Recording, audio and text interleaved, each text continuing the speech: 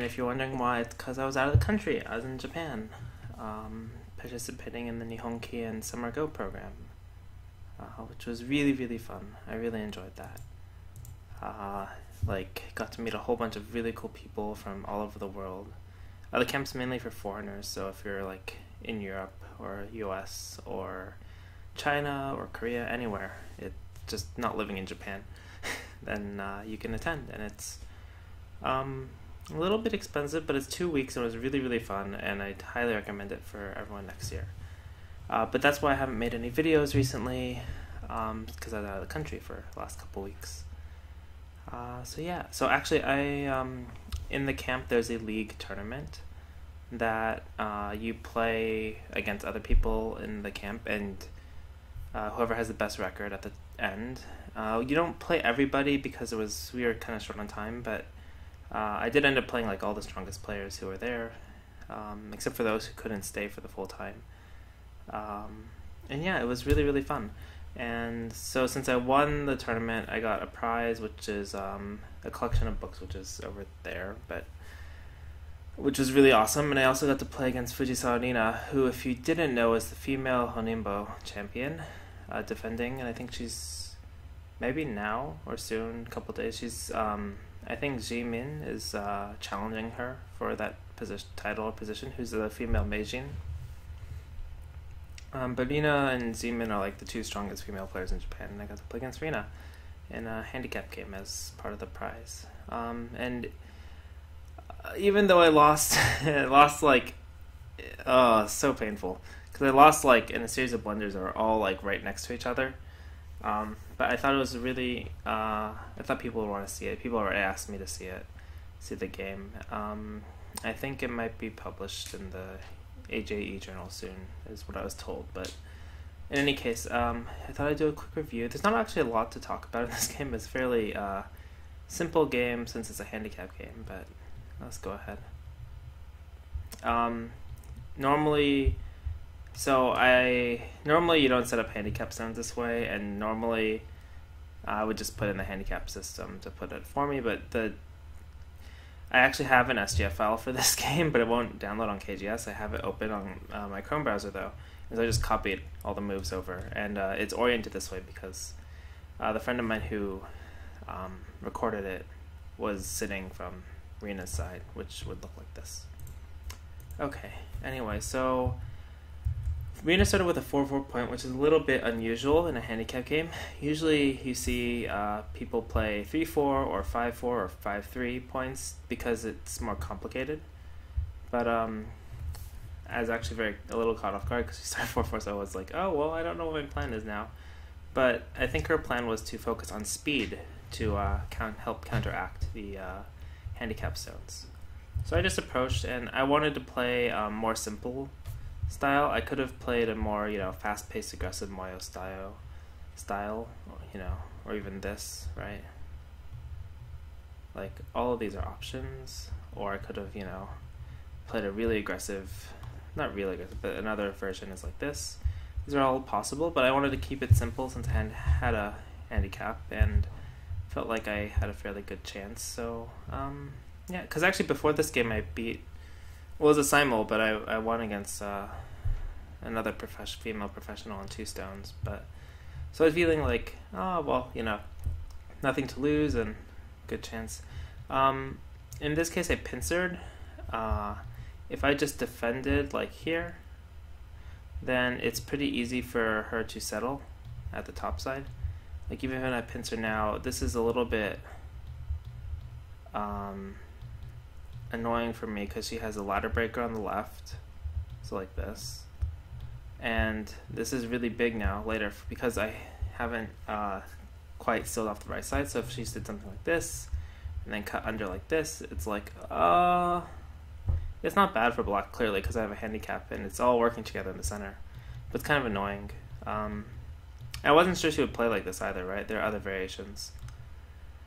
I thought she might back off, and later the right side is still open, so I decided to pincer. Actually, my major reason was I wanted Sente, because if I get Sente, I could move to the left side and develop. So if she played like this, which she didn't, but if she did, I was really happy to get this kind of development, because since I have a fairly solid group in the bottom right, her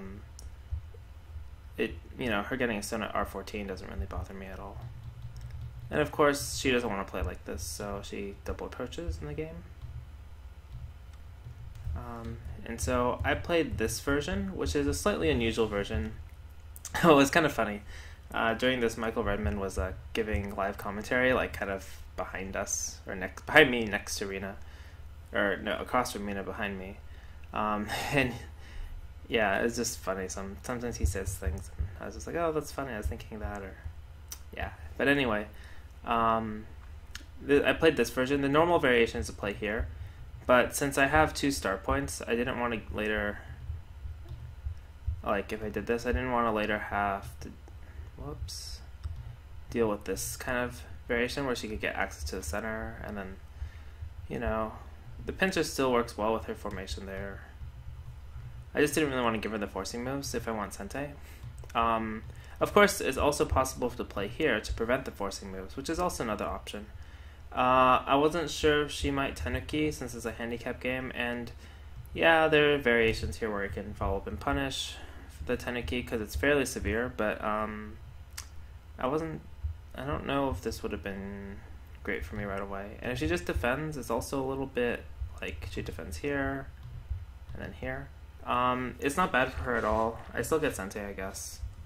It might have been an easier way, but I decided to play this way, and she responded. So I wanted to leave it less resolved, but might have been a little bit slack in the center. Not sure. But so this is the normal follow-up. She approached here. Maybe this was a testing move, see what I'm going to do. I can't really pincer here because if I pincer, I mean I could pincer, right? It's always possible, but what kind of pincer would I do? Here, she'll probably just double approach and invade on this, and this area is not so interesting because she chose a low way to defend. So yeah, I think you can only really defend here. There's not much choice. And then she pincered me on the right, which is normal.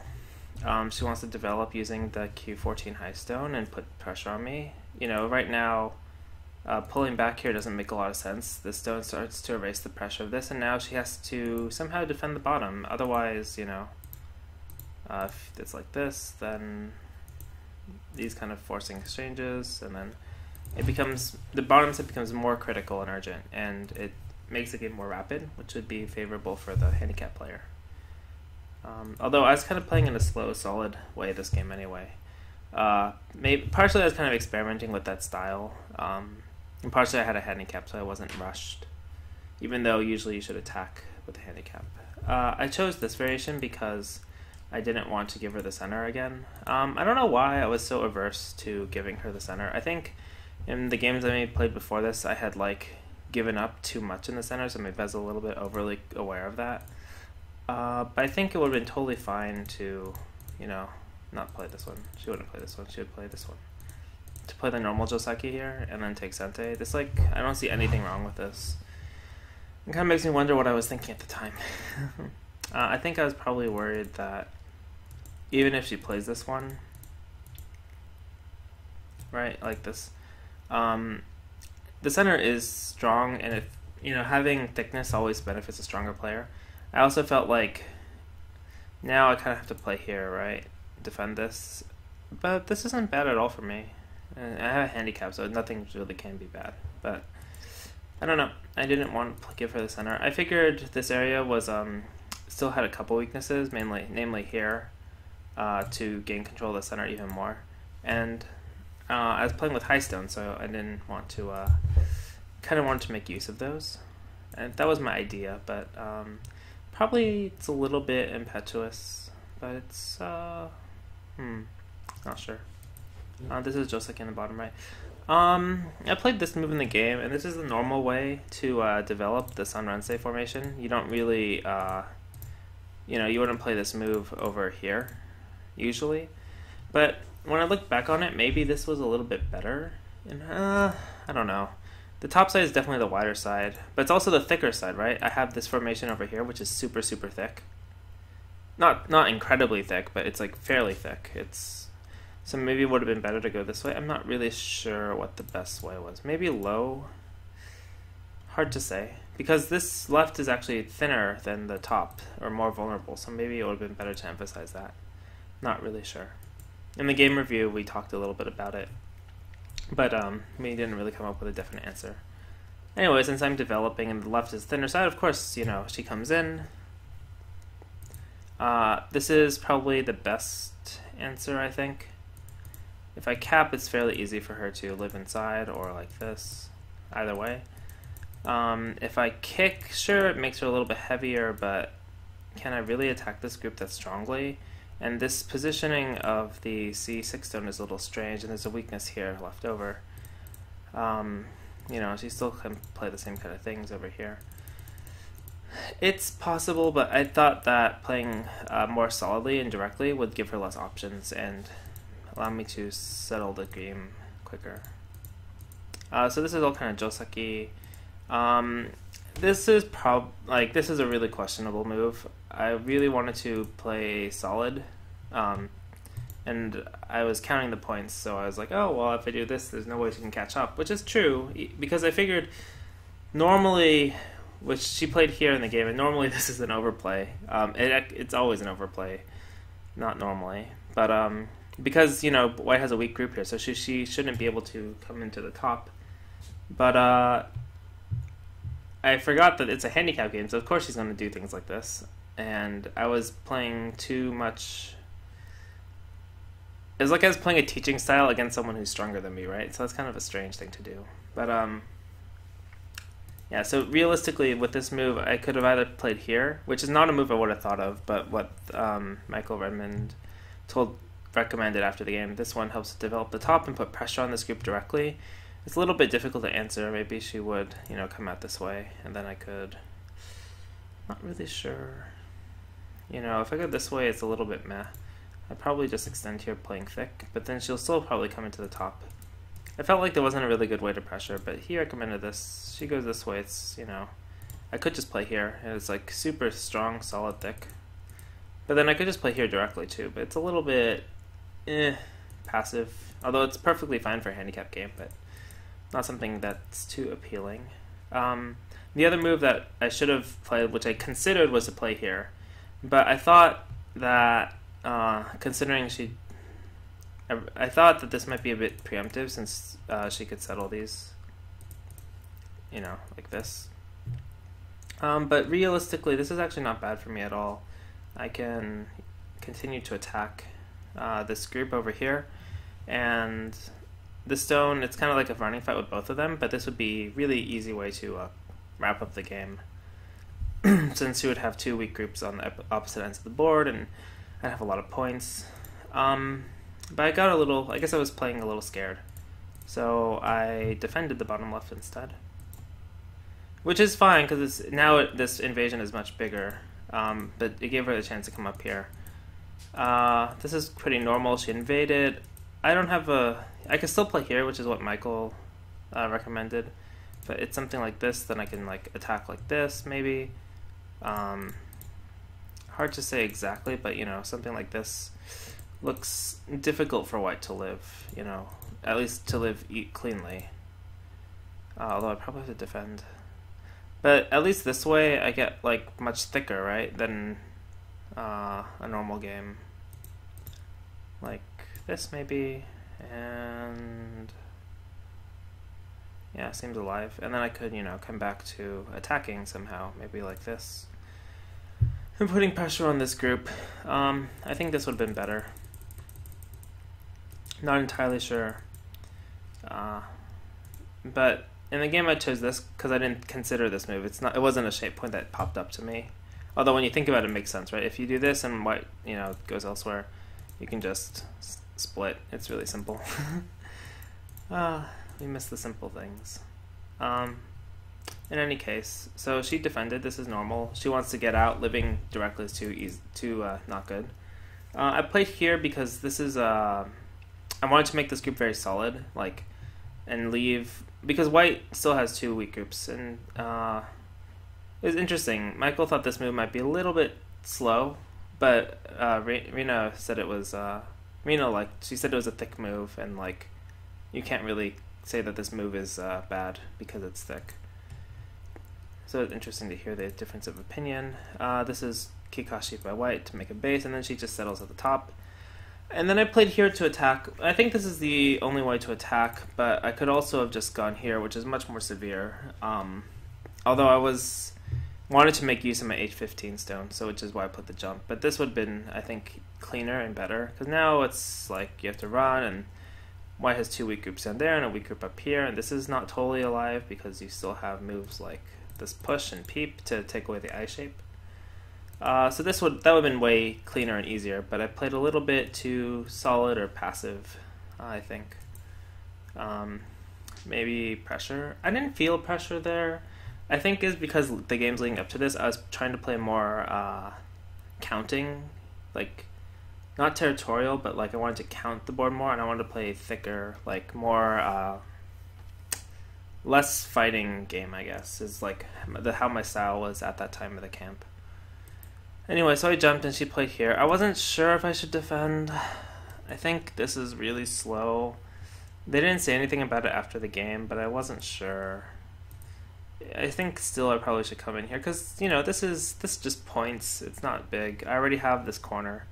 But I wasn't really sure. And I figured that if I answer, this group is still fairly weak.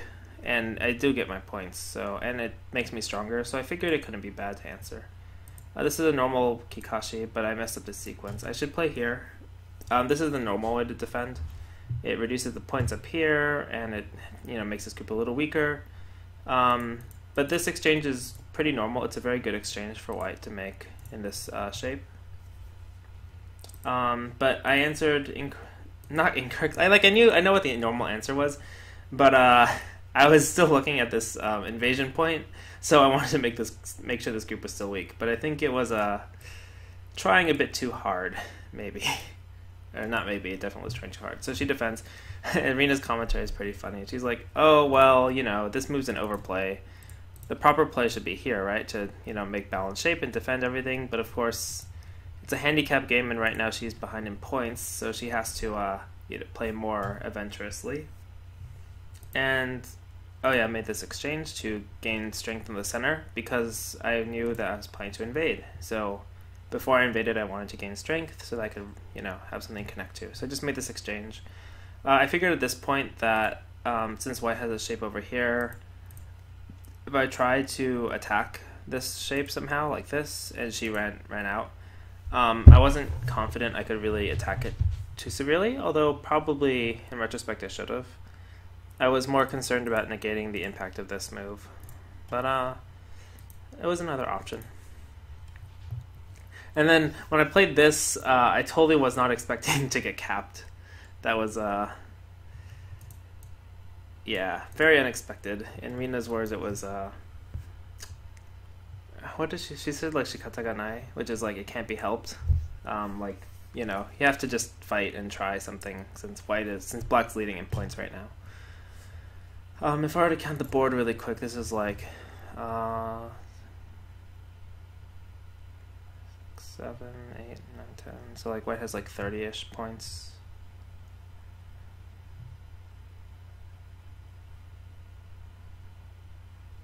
And black has like 42 points. So it's like still a pretty good lead. Although, so originally when I played here, I had planned to peep and fight. I wasn't sure exactly, but maybe something like, whoops, not there. Like this is pretty normal. You know, if white goes here, then I just hane and attack the whole thing. If, you know, white defends this way, then I go out. It defends the other way, I still go out. And there's this cut here. But after I played it, I got scared that maybe if I went here, white might play like this. And if I have to answer, then both of these are sente. And then white could, you know, try to envelop me somehow, like this, or something. I wasn't really sure, or I don't really remember what I was thinking at the time. But of course, this move is not sente. I should just still go make this kind of combination and move out. it's pretty normal. If white goes here and cuts, it's not really a big deal. I just give up the 1 stone. Probably she would exchange once, but it doesn't really matter. And even though I lose a few points, the whole group has no eyes, so of course this is how I should have played. But I got scared, and so I changed my plan. And this is probably an overplay. I should just push. It's like fairly simple, and then come here. And the center starts to look very big, and white's development potential is very limited. But I was a little worried of falling behind, so I played the clamp to be more severe, because I already changed my plan once, right?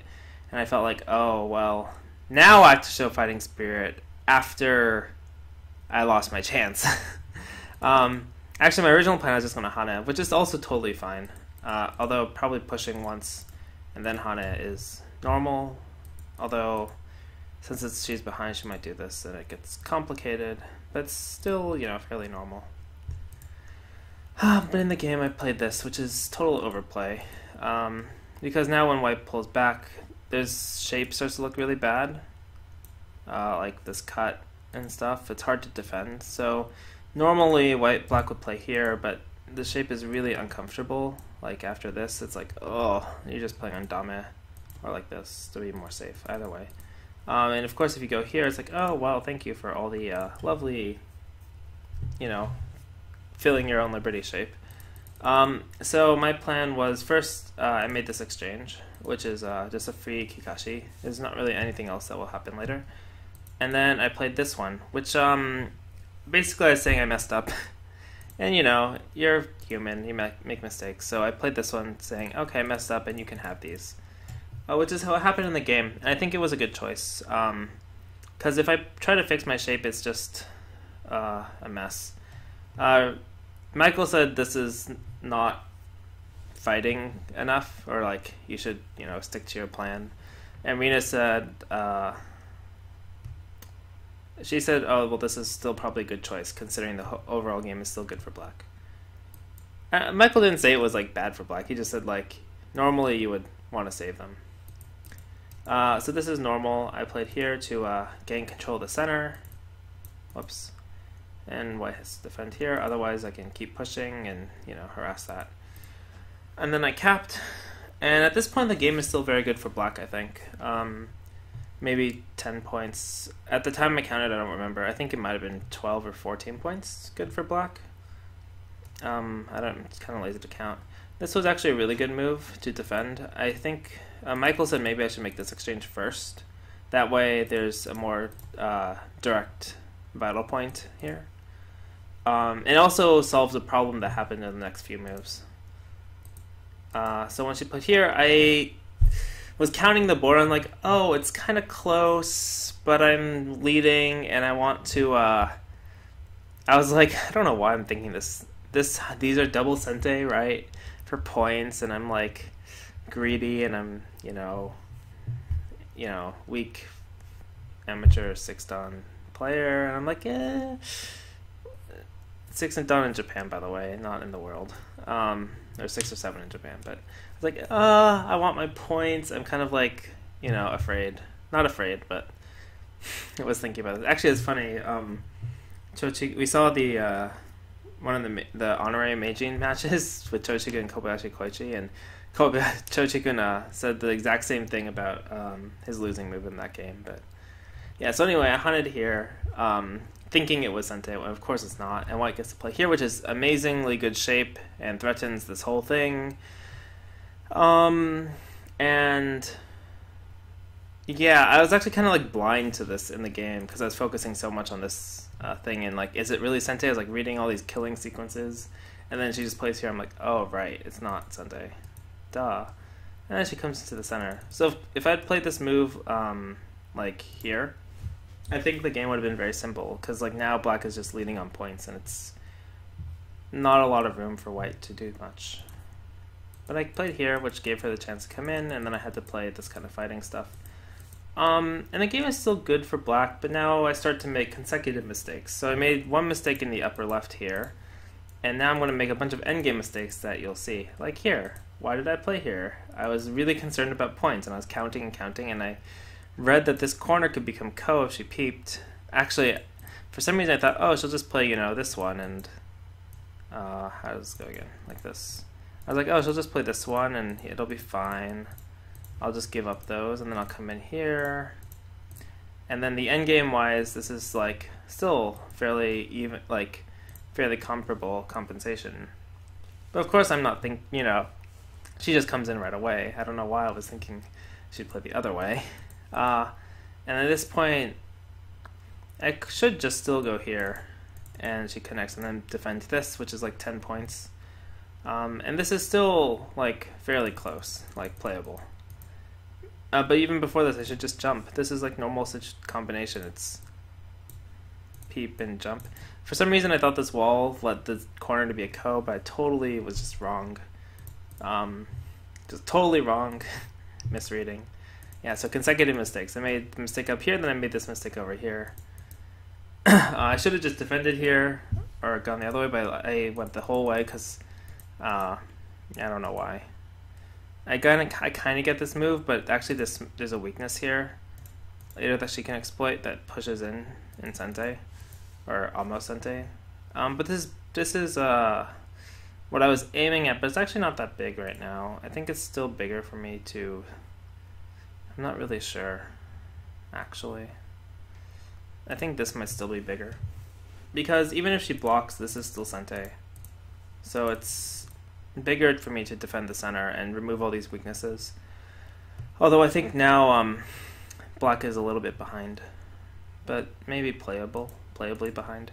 But after this, it's... I defend the center, and I have to play this Atari first. And now the game is like 5 points-ish good for white, or 4 points. So I was like trying to figure out what I could do to come back. Actually, I didn't see this jump either for some reason. I was too focused on playing immediate endgame. My endgame is really, really weak, just by the way. So basically I was like, oh, I'm behind. I guess I can try to start a ko to come back, but it wasn't really enough in the end.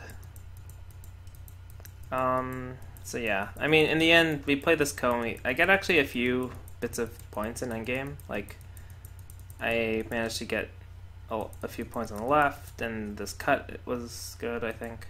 And she used internal ko threats, which gave me kind of a point, because now she can't hana here as easily because of this cut. I mean, she could potentially hana, but it's not as clear that it's a good move. Actually, I don't think she can. So, yeah, so the ko actually got me a little bit, but in the end it wasn't really a good idea, and it didn't get me much. And so the end of the game just kind of played out like this, and then I resigned. Actually, I didn't block here, but I think Alonzo, who was recording the game, just put it in. But I kind of just resigned because I was like, I'm down by like, I don't know. At the time, maybe 10 points-ish, a little more. I don't remember. I was counting in the game, but I don't remember now. But overall, it was a very good game. I made, like, my big losing move was this one, and then this was like, oh, really bad. Like, missed a lot of good chances to wrap up the game. But overall, Sente did develop quickly, and then I think the choice, even though I messed up, I should have played more severe when I played at the bottom, but even after that, this capping move, or sorry, this one, to sacrifice the stones. It was this. What was this one? To sacrifice the stones, I think, was a good choice and good way to manage the game. So, yeah, I learned a lot during my trip, but I learned a lot from this game. Because up until this point, I was trying to play more solid. I guess because the people I was playing against, I only needed to play. I was getting early leads, right? So I was trying to wrap up games quickly, and this game was a handicap game, so I have an early lead. So I was trying to wrap up games in a really simple, easy manner. So I tried to play a little too solidly. I think I started falling into a habit of playing too solidly, and yeah, so I think it was a really good lesson for me to be a little bit more aggressive. Also, it really shows I need to work on my endgame. Like, oh, I missed a lot of things in endgame, and I'm not very good at it. But yeah, Well, I really enjoyed the game. It was really fun. Rina's a great person. I didn't talk to her much. I was a little, like, we were kind of busy, and then I talked to her a little bit, and I ran into her the next day. Um, but yeah, it was a really, really cool experience. So yeah, I don't know when my next video is going to be, but I'm supposed to do one on pincers that I promised a friend of mine a while ago, but pincers are kind of a broad and not really easy topic to cover. But yeah, I think I'll try that next.